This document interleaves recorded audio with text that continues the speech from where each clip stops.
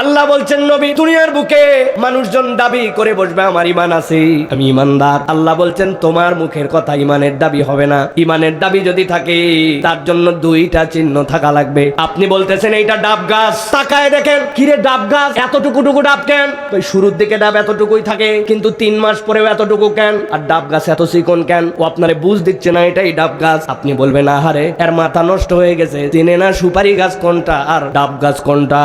তাহলে সুপারি গাছ দেখায় যদি জোর করে ডাব গাছ প্রমাণ করতে চায়, আপনি রাজি হবেন না? কথা ঠিক কিনা? নাকি রাজি হবেন? আপনি রাজি হবেন না। আল্লাহ রাব্বুল আলামিন বলছেন ইন্নামাল মুমিনুন, ঈমানদার যদি হয় তুমি তোমার আসার থাকা লাগবে। কি আসার? আল্লাহ বলতেছেন 1 নম্বরে হচ্ছে ইদা যুকিরাল্লাহ, যখন আল্লাহর জিকির তার সামনে করা হবে। আপনি আজকের মাহফিলের নাম তাফসীরুল কোরআন মাহফিল দিবেন, কেউ ইসালে সওয়াব দিতে পারে, কেউ ইসলামী মহাসম্মেলন, কেউ হালকায় জিকির, তার যেটা মন চায় দেখ। নবী বলতেছেন এইগুলা একটাও মূলত আমার দেওয়া নাম নয়, আল্লাহর নবীর দেওয়া নাম হচ্ছে মাজালিসুজ জিকির, জিকিরের মজলিস, এইটা আল্লাহর স্মরণের মজলিস। আল্লাহ বলতেছেন ঈমানদারের প্রমাণ হচ্ছে যখন আল্লাহর জিকির তার সামনে উচ্চারিত হবে, আল্লাহ বলছেন ওই বান্দার অন্তরটা স্বাভাবিক থাকবে না, ওয়াজিলাত কুলুবুহুম, তার অন্তরটার সাথে সাথে থই থই করতে শুরু করবে। কেমন থই থই? আপনার বাড়িতে একটা গ্যাসের চুলা আছে, 2টা মুখ, একটার মধ্যে 1 লিটারের একটা পাতিল দিছেন, আরেকটার মধ্যে আরেকটা 1 লিটারের পাতিল দিছেন, 2টাতে 2 লিটারের পাতিল আর হাফ কেজি একটার মধ্যে পানি দিছেন, আর হাফ কেজি একটার মধ্যে দুধ দিছেন। বুঝে কথা বলেন কিন্তু, সমান জাল, হাড়ির মাপ সমান, 2টার মধ্যেই হাফ লিটার করে পানি আর একটার মধ্যে দুধ। বুঝে থাকলে বলেন তো, ওই 2টার জাল 1 হলেও হাড়ির মাপ 1 হলেও ওই 2টার মধ্যে কোনটার ব্যাপারে আপনাদের সতর্ক থাকা লাগবে? সবাই বলে নাই, বোঝে নাই না? কারণ কি? আল্লাহ রাব্বুল আলামিন বলছেন ওইটার মধ্যে আল্লাহ রাব্বুল আলামিন এমন ধরনের ইনগ্রেডিয়েন্টস দিয়ে দিছেন, আগুন দেওয়ার পরে উতলায় যায়, আর এই পানির নিচে জাল জ্বলতে জ্বলতে পানি শুকায়, হাঁড়ি পুড়ে যেতে পারে, কিন্তু এটা পোড়ার আগে উতলানোর জন্য চেষ্টা করবে। আল্লাহ বলছেন এই জিকিরের একটা প্রভাব থাকা লাগবে তোমার দিলে। আল্লাহ বলছেন যখন আল্লাহর জিকির, আল্লাহর কথার আয়োজন হবে, তুমি যদি ঈমানদার হয়ে থাকো, তোমার অন্তরের মধ্যে একটা ভালো লাগা কাজ করবে, এইটার পক্ষে থাকার চেষ্টা করবে, এইটার জন্য তোমার দিলের মধ্যে একটা আনন্দ দিবে। এইটা তোমার ঈমানের 1 নম্বর পরিচয়। আর 2 নম্বরে ওয়াইদা, আল্লাহ বলতেছেন আর যখন তার সামনে তুলিয়াত আলাইহিম আয়াতুহু যাদাতুহুম ঈমানা, আল্লাহ বলছেন তার সামনে যখন কোরআন তেলাওয়াত করা হবে, তার ঈমান আর আগের মতো থাকবে না, তার ঈমানটা বৃদ্ধি পেয়ে যাবে। ঈমান কেমনে বৃদ্ধি পায়? নবীজি সাল্লাল্লাহু আলাইহি সাল্লাম বলে গেছেন আহলে সুন্নাত ওয়াল জামাতের আকীদা আল ঈমানু ইয়াজিদু ওয়া ইয়ানকুসু, ঈমান বৃদ্ধি পায় এবং ঈমান কমে, ঈমান কমে, ঈমান বাড়ে। আল্লাহ বলছেন এই কোরআন তার দিলে যদি ভালো লাগে, বুঝতে হবে তার ঈমান বৃদ্ধি পাবে। কত দূর পাবে? আল্লাহর নবী বলতেছেন জানায় রাখো দুনিয়ার মানুষ, ওই ঈমানের বৃদ্ধির পাওয়ার তার এমন হবে আল্লাহ ছাড়া বান্দা আর কারো প্রতি ভরসা করবে না, তার টপ লেভেলটা এই পর্যন্ত চলে যেতে পারে। সুবহানাল্লাহ। আসমা বিনতে উনাইস, নবীজি সাল্লাল্লাহু আলাইহি সাল্লামের একই রকম দেখতে হযরতে জাফর রাদিয়াল্লাহু তাআলার স্ত্রী, একই রকম দেখতে হযরত জাফর রাদিয়াল্লাহু তাআলা যখন হাঁটতেন, পিছন থেকে দেখলে মনে হতো নবীজি হাঁটতেছেন। সুবহানাল্লাহ। ইয়ামেনে হিজরত করে চলে গেছিলেন, নবী মদিনায় আসছেন, হাবাসায় গেছিলেন, নবী মদিনায় আসছেন, মদিনায় চলে আসছেন। আসার পরে হযরত জাফর রাদিয়াল্লাহু তাআলাকে নবীজি পাঠায় দিয়েছেন জিহাদের ময়দানে সেনাপতি করে। হযরত জাফর রাদিয়াল্লাহু তাআলার 3 সন্তান ছিল, একজনের নাম ছিল আওন, একজনের নাম ছিল মুহাম্মদ।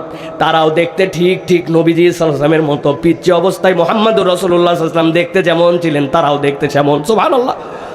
শহীদ হয়ে গেছেন হযরত জাফর। জাফর রাদিয়াল্লাহু শহীদ হওয়ার পরে নবীজি সাল্লাল্লাহু আলাইহি ওয়াসাল্লামের কাছে আল্লাহ খবর পাঠিয়ে দিয়েছেন, বাড়িতে চলে আসছেন আসমা বিনতে উনাইসের বাড়িতে, জাফর রাদিয়াল্লাহু তাআলার স্ত্রী বাড়িতে। আসার পরে তিনি তাকায় দেখেন আল্লাহ নবীর চোখ দিয়ে গল গল করে পানি পড়তেছে। উনি নিজেই বলতেছেন নবীকে সান্ত্বনা দিয়ে, আপনি কাঁদেন কেন, আপনি কাঁদেন কেন? তোমার সন্তানরা কোথায়? জাফরের সন্তানরা কোথায়? 3 ভাতিজাকে কোলের মধ্যে নিয়ে আল্লাহ নবী চোখের পানি দিয়ে ছেড়ে দিয়েছেন। দেওয়ার পরে বলতেছেন তোমাকে আজকে কঠিন একটা সংবাদ দেওয়ার জন্য আসছি, আমার জাফর আর দুনিয়ায় নাই, আমার জাফরকে তারা 2 হাত কেটে ফেলেছে, আমার জাফর তখনও পতাকা ছাড়ে নাই, আমার জাফর তখন মুখ দিয়ে কামড়ায় ধরেছে পতাকা। এরপরে যখন তাকে শহীদ করে দেওয়া হয়েছে, তারপরে তার পতাকা তার কাছ থেকে গিয়েছে, ইসলামের পতাকা সে দূরে রেখেছিল। সব সময় তুলে রেখেছিল। কিন্তু জাফর শহীদ হয়ে গেছে। জাফর শহীদ হওয়ার পরে আল্লাহ রাব্বুল আমিন জাফরকে জান্নাতের মধ্যে ঢুকাইছেন। যেই জাফরের দুইটা হাত তারা কেটে নিয়েছে, আল্লাহ একটা সবুজ পাখি বানায়া জাফরকে জান্নাতের মধ্যে ঘোরান। সুবহানাল্লাহ। আপনি চিন্তা করেন, ঠান্ডা মাথায় 3টা ছোট সন্তান, তার স্বামী শহীদ হয়ে গেছে, আল্লাহর নবী এই খবর দিচ্ছেন। আল্লাহ নবীর সামনে জাফরের স্ত্রী বলেছেন, ইয়া রাসূলুল্লাহ, আমি তো এক ফোঁটা চোখের পানি ফেলবো না। হাসবি আল্লাহু লা ইলাহা ইল্লাহু আলাইহি তাওয়াক্কালতু ওয়া হুয়া রাব্বুল আরশিল কারীম। আমি ভরসা করছি একমাত্র আল্লাহ, আল্লাহ ছাড়া আমার আর ভরসা করার কোনো জায়গা নাই। সুবহানাল্লাহ। যাদাতুহুম ঈমানা ওয়া আলা রাব্বিহিম ইয়াতাওয়াক্কালুন। ওটা হচ্ছে টপ লেভেল। কি দিয়ে আপনি পাবেন এইটা? কোরআনের আলোচনা দিয়া, আল্লাহর জিকির দিয়া, অন্য কোনো কিছুতে পাবেন না। সাময়িক হেডফোন লাগায়া উত্তেজনা গায়ের মধ্যে আসবে, গান শুনবেন, রূহ আপনার মরে যাবে। এমন কোনো নাপাক কাজ আপনার নাই যেটা আপনার দ্বারা হবে না। তার শুরু হবে দাঁড়ায় মোতা দ্বারা। গান শুনে যেইগুলা বেশি বেশি দাঁড়ায় মতে, এইগুলা আমি মাঝে মাঝে লজ্জা দেওয়ার জন্য বলি, আমি আজকেও আপনাদের কাছে অন্তত 5-7 হাজার টাকা পুরস্কার দিতে চাই নিজের পকেট থেকে। যদি একজন একজন করে বলতে পারেন, প্রত্যেককে দিব 100 করে, যে হুজুর আমাদের এলাকায় একটা কুত্তা দেখছিলাম, ও শুয়ে থেকে মুতে দিত। দেখছেন কোনোদিন? হুজুর বাঘের মতো এরকম করে বসতো, বসে মুতে দিছে কুত্তা। দেখছেন আপনি? দেখলে 100। বলেন আপনার স্মৃতিতে আছে কিনা? অসুস্থ কুত্তাও ওর মোতার সময় ঠ্যাং তুলে মতে দাঁড়ায়। আর মানুষের বাচ্চা হইয়া প্যান্টের অজুহাত দেয়, অমুক তুমুকের অজুহাত দিয়ে দাঁড়ায় প্রস্রাব করে। ভাই তুই জেনে মুত মুত, আমাদের সমস্যা নেই। কিন্তু আমরা সারা দেশ ট্রাভেলস করি, এই ট্রাভেলের মধ্যে যেইগুলো জায়গায় ব্রেক নেই, যেখানে বসে প্রস্রাব করার জায়গা আলাদা, দাঁড়ায় প্রস্রাব করার জায়গা আলাদা, এই আল্লাহর বান্দাগুলা ওই জায়গাতে পর্যন্ত দাঁড়ায় খবিসের মতো প্রস্রাব করে, বদনা নাপাক করে দেয়, ট্যাপ নাপাক করে দেয়। আমরা বসে প্রস্রাব করতে পারি না। আল্লাহ কুত্তার থেকে আমাদের বিবেকহীন করছে। কম দুঃখেই কথা বলতেছি না। আড্ডা মারতেছে, ঘুরতেছে, ভাব নিয়ে চলতেছে, বাপ বিদেশ থেকে টাকা পাঠাইছে, মোবাইল ঠেলতেছে, জিন্সের প্যান্ট জামা কাপড় চিন্তা করছে, রাখ মাহফিল, এগুলো আসার কোনো মানে আছে না? এগুলো সব ওয়াজ আমাদের জানা আছে। তোমাদের কি জানা আছে? আমার জানা আছে। কি জানা আছে? আমার জানা আছে। 18 বছর বয়স, গোসলের ফরজ কয়টা বল বেটা? বলতে পারে না। অনেকক্ষণ পর মনে হয়েছে, ছোটবেলা কেদানি বলছিল 3টা, বলছে 3টা, গোসলের ফরজ 3টা। মনে করছে বাইরে গেছে রে, জিজ্ঞাসা করছে কি কি বল ঠিক মতো। দেখবেন উত্তর দেওয়ার জন্য চিন্তা করছে, হাইরে গেলে তো ইজ্জত থাকে না। বলছে জানা আছে। আরে কি জানা আছে বল ব্যাক কল।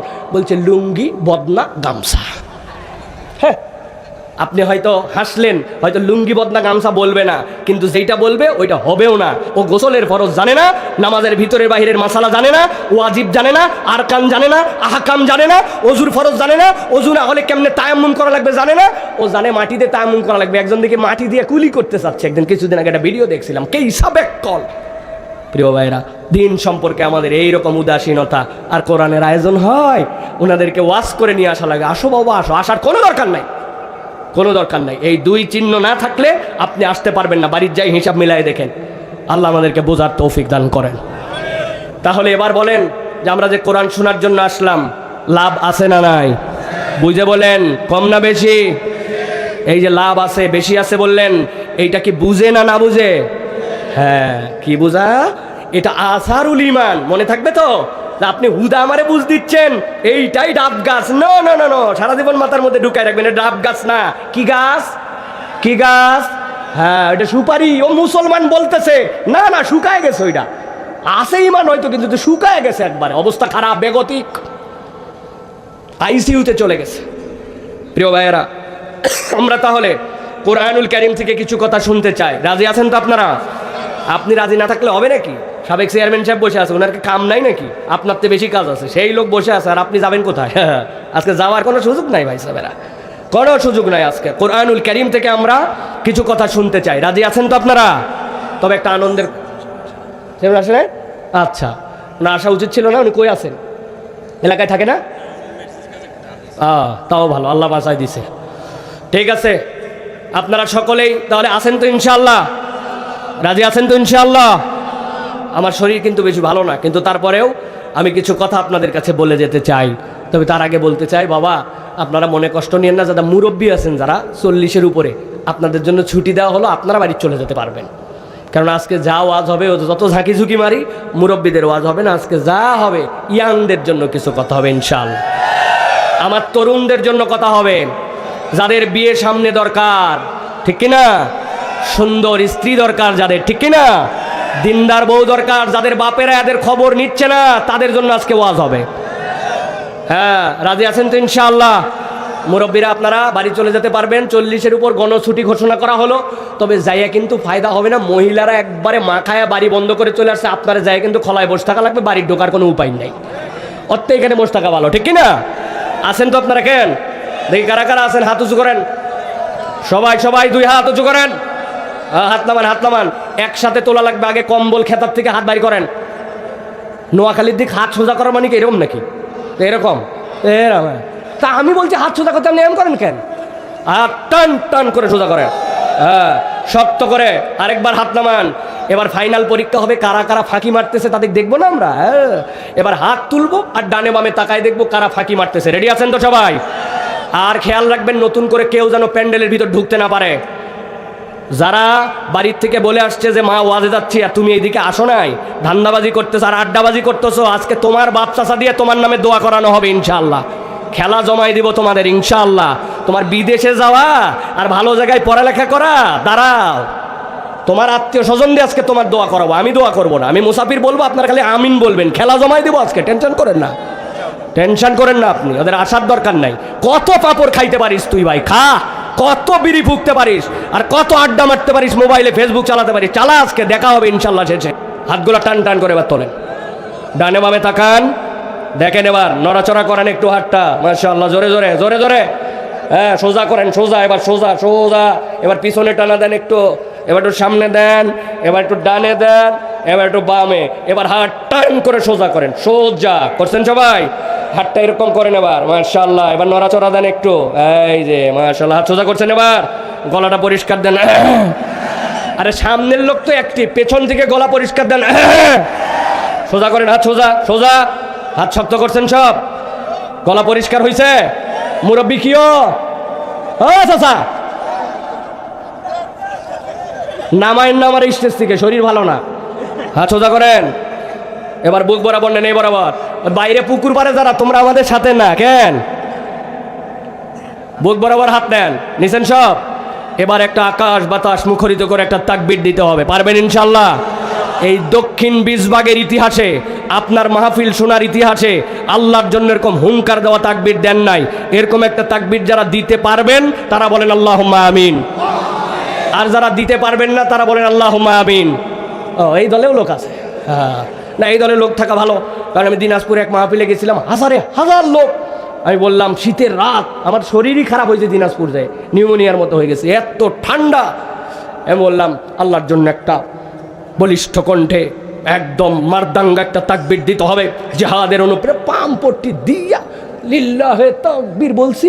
সামনে এক মুরব্বী বসা ছিল, এই মুরব্বী উত্তর দিছে আল্লাহ। ওই দিন বুঝলাম পাম দিয়ে কাম, এটা দিলের থেকে আসা লাগবে, ঠিক না?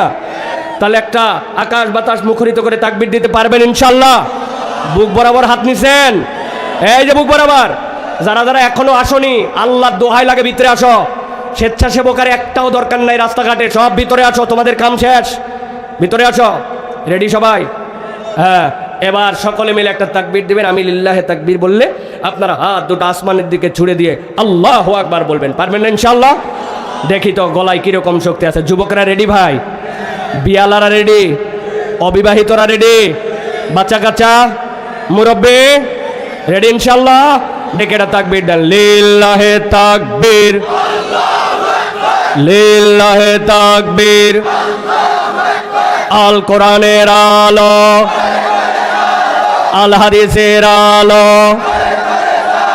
তোমার নেতা আমার নেতা, তোমার নেতা আমার নেতা। আলেম ওলামা যেখানে, আল্লাহর আইন যেখানে, হারাম অন্যায় যেখানে, গান বাজনা যেখানে,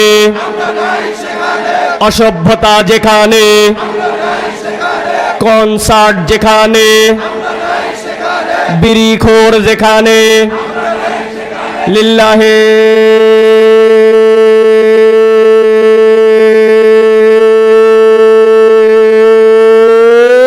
তাকবীর।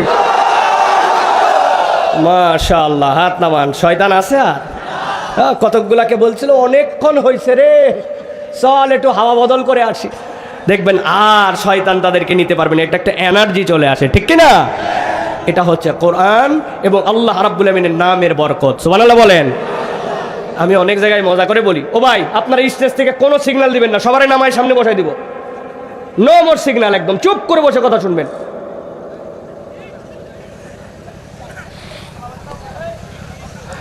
প্রিয় ভাইয়েরা, আল্লাহ রাব্বুল আলামিন এবং আল্লাহর যে শব্দ, এইটার একটা রুহানি শক্তি আছে, ঠিক কি না?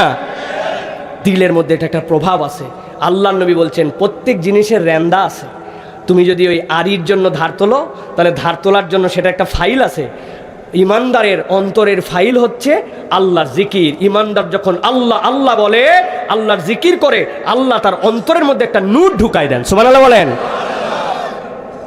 আল্লাহু আকবার বললে যে শয়তান পালায়, এর কোনো প্রমাণ আছে আপনাদের? আছে? কি প্রমাণ আছে বলেন? ও বাবা বাবা, কি কইছে চাচা? আমি কি বললাম আর চাচা কি বলল? আল্লাহু আকবার বললে শয়তান পালায়, আপনাদের কাছে প্রমাণ আছে, কিন্তু আপনারা ভাইবে দেখেন না। চৈত্র মাস, কঠিন গরম, 38 ডিগ্রি সেলসিয়াস তাপমাত্রা, ফিল লাইক 41। গাছের পাতা পর্যন্ত নরম হয়ে গেছে, আবহাওয়া করা হয়ে গেছে, মানুষ তৃষ্ণার্ত, ঘামে জর্জরিত, লোডশেডিং, অবস্থা খারাপ। দুপুর বাজে 12:59। কত? একটা বালুর ঢিপি, ওই ঢিপির উপরে একটা ছোট গাছ আছে, ওর নিচে একটা আদা মরা হয়ে কুত্তা শুয়ে আছে। কুত্তাও ক্লান্ত, জিবা বাইর করে আছে না ভাই? বাজে কত? কথা বলে না যুবকেরা? 12:59। আস্তে আস্তে করে একটাই যেই ঘড়ির কাঁটা, ওই পড়ন্ত দুপুরবেলা ভারাক্রান্ত তৃষ্ণার্ত আবহাওয়ায় মুয়াজ্জিন সাহেব মসজিদ থেকে আযান দিছে, আল্লাহু আকবার, আল্লাহু আকবার। যেই আল্লাহু আকবার বলে আযান হয়েছে, একটা কলি কেবল ওই যে বালুর ঢিপিতে যে আদা মরা কুত্তা, ওইটা জায়গায় উঠছে, মুখ তুলে আছে। কি রে আদা মরা কুত্তা, তোর তো হুঁশ জ্ঞান নাই, তুই হঠাৎ করে হাউ হাউ হাউ করে কেন? করে কিনা? নবী বলছেন তুমি দেখো নাই, কিন্তু আল্লাহ আমাকে দেখাইছেন। যখন আল্লাহু আকবারের ধ্বনি আসে, তখন ওই কুকুর শয়তানের রেখা দেখতে পায়, আলো দেখতে পায়, শয়তান পালাচ্ছে, ওইটা দেখে কুত্তা তখন হাউ হাউ করে। সে আল্লাহু আকবারের ফজিলতটা চোখে দেখতে পায়। সুবহানাল্লাহ বলে। আর মোরগ বাঁকে না, সুবহান কুদ্দুস, সে বাঁকে না, সে দেখে ফেরেশতা আসতেছে, আরেকটা ফেরেশতা আমলনামা নিয়ে চলে যাচ্ছে, ওইটা দেখে সে আল্লাহ তাসবিহ করে। সুবহানাল্লাহ। তাহলে আমি দেখছি কিন্তু আমি বুঝি নাই, আল্লাহু আকবারের দাম আছে তাহলে, ঠিক কিনা? প্রিয় ভাইরা, চলেন আমরা, অনেক দীর্ঘ হয়ে গেছে কথা, আমরা সংক্ষেপ করে সামনের দিকে এগোই। আমরা এখন পবিত্র কোরআনুল কারীমের মধ্যে সকলে প্রবেশ করব। বিতাড়িত শয়তান থেকে আশ্রয় প্রার্থনা করে সমস্বরে সবাই আমার সাথে একদম একটা জবান বন্ধ না রেখে সকলে পড়েন, আউযু বিল্লাহি মিনাশ শাইতানির রাজীম, বিসমিল্লাহির রাহমানির রাহিম। واتل عليهم نبأ الذي آتيناه آياتنا فانسلخ منها فأتبعه الشيطان فكان من الغاوين। আল্লাহ রাব্বুল আমিন বলছেন, ও আমার হাবিব, আপনি আপনার উম্মতের কাছে তেলাওয়াত করেন। কি তেলাওয়াত করবেন? আল্লাহ বলতেছেন, নাবা আল্লাযী, এমন একটা সংবাদ, আল্লাযী যাকে আতাইনাহু আমার পক্ষ থেকে দেওয়া হয়েছিল আয়াতিনা স্পষ্ট নিদর্শন। আব্দুল্লাহ ইবনে মাসউদ রাদিয়াল্লাহু তাআলা বলছেন এই আয়াতটা উম্মতের মুহাম্মাদির স্পেসিফিক কারো জন্য নয়। এই আয়াতটার মুখাতেব হচ্ছে বালআম ইবনে আবার, যেই লোকটা ছিল ওই মুসার সময়ের মানুষ, যোগ্যতা কি ছিল, ওই লোক আল্লাহর কাছে যা দোয়া করতো এক মুহূর্ত দেরি হতো না। তাবাকাটা এমন লেভেলে গেছিল, দোয়া করতে দেরি, কবুল হতে দেরি হতো না। ওই ব্যক্তির কাছে মুসার কওমের লোকেরা ফেরাউনের পক্ষ থেকে যে বলতে শুরু করলো, আমাদের সমাজে এমন একটা লোক আসছে যে আমাদের মধ্যে বিভ্রান্তি ছড়াচ্ছে, আমাদের মধ্যে বিতর্ক ছড়ায় দিচ্ছে। ও বালআম, তোমার দোয়া করলে তো কবুল হয়, আমরা তোমার কাছে একটা আরজি নিয়ে আসছি, ওর বিপক্ষে তুমি বদদোয়া করে দাও, সে যেন সমাজ থেকে বিতরিত হয়ে যায়, সমাজ থেকে ধ্বংস হয়ে যায়, এই জন্য তোমার কাছে আসছি। বালআম বলল, তোমরা কি ওই ব্যক্তির ব্যাপারে আমার কাছে আসছো নাকি যেই ব্যক্তির ব্যাপারে আমার কাছে কিছু সংবাদ আছে? কি সংবাদ? বলে আমি শুনেছি ওই লোকটা বগলের নিচে হাত দেয়, হাত দেওয়ার পরে আস্তে করে হাতটা বের করে ফেলে, বের করার সাথে সাথে ওই হাত দিয়ে আলো বের হতে শুরু করে। এত পাওয়ার ওই আলোর, কিন্তু ওই আলোর পাওয়ার যতই হোক না কেন তার হাতের কিছু হয় না। যখন কাজ শেষ হয়ে যায় আস্তে করে আবার হাতটা বগলের নিচে নিয়ে নেয়, সাথে সাথে তার ওই আলোটা বন্ধ হয়ে যায়। এটা কি সেই লোক নাকি? কোন লোক? মাঠের মধ্যে অনেকগুলা মেষ নিয়ে যায়, ভেড়া চড়ানোর জন্য নিয়ে যায়, যাওয়ার পর একটা গাছের নিচে সে নিজে আশ্রয় নেয়, নিয়ে আস্তে করে হাতের ডান হাতটা মাথার নিচে রেখে চুপ করে শুয়ে যায়। আর তার হাতের মধ্যে যে লাঠিটা ছিল ওই লাঠিটা পাশে পুঁতে রেখে দেয়। ওই যে এতগুলা তার ভেড়ার পাল, ওই পালের থেকে যদি কোনো একটা ভেড়া বকরি বের হয়ে যদি এদিক সেদিক দৌড়ায় যেতে চায়, ওই লোক ঠিকই ঘুমায় থাকে কিন্তু তার লাঠি জেগে যায়। লাঠি উঠার পরে ওই ভেড়াকে পিটায়া পাটায়া ভিতরে নিয়ে আসে, নিয়ে আবার অটোমেটিক লাঠির জায়গায় দাঁড়ায় যায়। আল্লাহু আকবার। এটা কি সেই লোক? তার বিপক্ষে আমারে বদদোয়া করতে বলো? হ্যাঁ হ্যাঁ।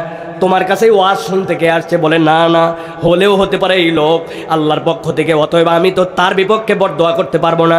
সাথে সাথে লোকজন তাকে উস্কায় দিল। চিন্তা করছো আমাদের স্বার্থে আমি তোমার কাছে আসছি? না, তোমার স্বার্থের মধ্যে আছে, আমার স্বার্থ কি? বলে আজকে তোমার দোয়া কবুল হয় এই জন্য সবাই তোমার কাছে আসছে। কিন্তু ওই লোক যদি সমাজে প্রতিষ্ঠিত হয়ে যায়, তার যদি সমাজে অবস্থা এরকম হয়ে যায়, তাহলে তো তোমার কাছে মানুষ আর আসবে না, হাদিয়া তো বা তোমার কোত্থেকে আসবে, তোমার প্রভাব সমাজের মধ্যে থাকবে না, তোমার ইজ্জত কোথায় থাকবে? আমরা চাচ্ছি তুমি ওই বিপক্ষে বদদোয়া করলে তুমি একাই হিরো হয়ে থাকবে, একই সমাজে দুই হিরো বানানোর দরকার কি? শয়তান প্ররোচনা দিয়ে দিল। বালাম আল্লাহর কাছে হাত তুললো, আয় রব্বুল আমিন, মুসাকে তুমি ধ্বংস করে দাও। সাথে সাথে আল্লাহ ইলহাম করে তাকে জানাই দিলেন, ও বালাম, তোর যে এতদিন পর্যন্ত বেলায়েত, এতদিন পর্যন্ত যে তবাকা, আজকে তোর সবটুকু শেষ হয়ে গেল। তুই আল্লাহর পক্ষ থেকে লানত প্রাপ্তদের মধ্যে অন্তর্ভুক্ত হয়ে গেলি। তোর আগে যত দোয়া করছিলি সেটা পাস, কিন্তু ভবিষ্যতে আর কোনো তার দোয়া কবুল করা হবে না। আল্লাহ বলতেছেন কোরআনুল কারীমের মধ্যে, নবী আপনি জানান, আল্লাহ আল্লাহর আয়াত তার কাছে পরিষ্কার ছিল, আল্লাহর হুকুম, আল্লাহর নিদর্শন তার কাছে সত্যের মতো উদ্ভাসিত ছিল। তার সামনে সবগুলো একদম দীপ্ত দিবালোকের মতো পরিষ্কার থাকার পরেও জেনে বুঝে সে আল্লাহর আয়াত থেকে মুখ ফিরায় নিল। নোয়াখালীর মুসলমান ঠান্ডা মাথায় বোঝেন, আল্লাহ রাব্বুল আমিন বলতেছেন, যার কাছে আয়াত দেওয়া হলো, জানা বুঝার পরে সে সেখান থেকে মুখ ফিরাই নিল।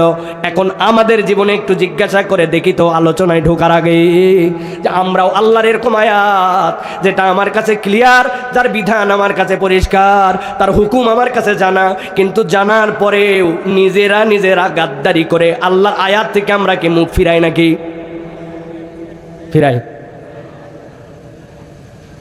আল্লাহ কোরআনে বলছেন, ইযা নুদিয়া লিস-সালাতি মিন ইয়াউমিল জুমআ ফাসাউ ইলা যিকরিল্লাহ ওয়া যারুল বাই। ও দুনিয়ার মানুষ, জুমার যখন ডাক পড়ে যাবে সব ছেড়ে দাও।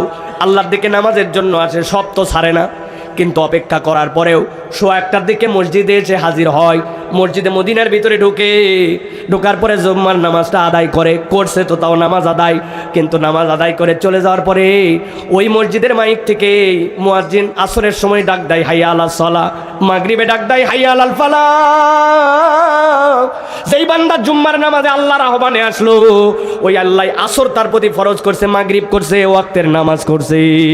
আপনি জুম্মার নামাজে হাজির হলেন আর জেনে বুঝে আসর মাগরিব আর ওয়াক্তের নামাজ বাদ দিলেন, একটু হিসাব মিলায় দেখেন তো আল্লাহর আয়াত জানা বুঝার পরেও আল্লাহ আয়াত থেকে মুখ ফিরায় এরকম লোক আছে কিনা?